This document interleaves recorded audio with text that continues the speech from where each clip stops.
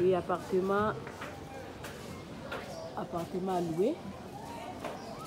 Nama Tongue, Irebu A37. Maison de passage na biso yango yo.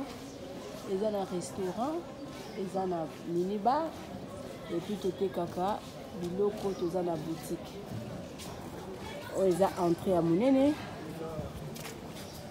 Ils ont entré là dessus à Mouké. Toujours maintenant chambre, donc ils ont appartement, chambre, salon, cuisine. Entrée là dessus à Moyo.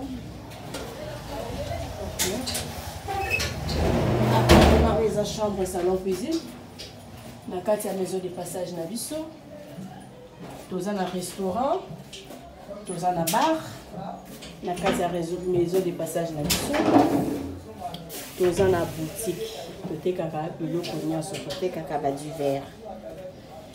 Donc tozo kende. Appartement, chambre, salon, cuisine oyo eza na balcon.